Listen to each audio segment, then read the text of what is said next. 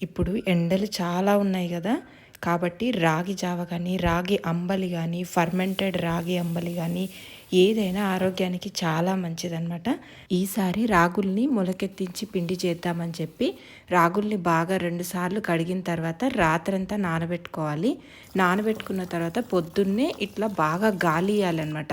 ఎందుకంటే రాగుల్లో ఇసుక అనేది చాలా ఎక్కువగా ఉంటుంది. అందుకని మంచిగా గాలిచ్చిన తర్వాత ఒక కాటన్ క్లాత్లోకి తీసుకొని నీళ్లు మొత్తం డ్రైన్ అయిపోయేలాగా మూట కట్టుకోవాలి. మూట కట్టిన తర్వాత దానిపైన ఏదైనా బరువు కానీ లేకపోతే ఒక గిన్నె కానీ ఉంచుకోవాలి. అప్పుడే మొలకలు బాగా పెద్దగా వస్తాయి. లేదంటే ఊరికే ఓపెన్గా పెడితే మొలకలు రావు. నేనైతే ఇది 2 రోజుల తర్వాత ఓపెన్ చేసి చూస్తున్నా. మొలకలు అయితే బాగా పెద్దగా వచ్చినాయి. మొలకలు ఎంత పెద్దగా వస్తే అంత మంచిదన్నమాట. చిన్నపిల్లలకు కూడా తొందరగా అరుగుతుంది అనమాట. అయితే దీన్ని ఒక రోజంతా ఎండకి ఎండబెట్టి పిండి చేసుకొని రాగి జావ కానీ అంబలి కానీ చేసుకుంటే చాలా మంచిది.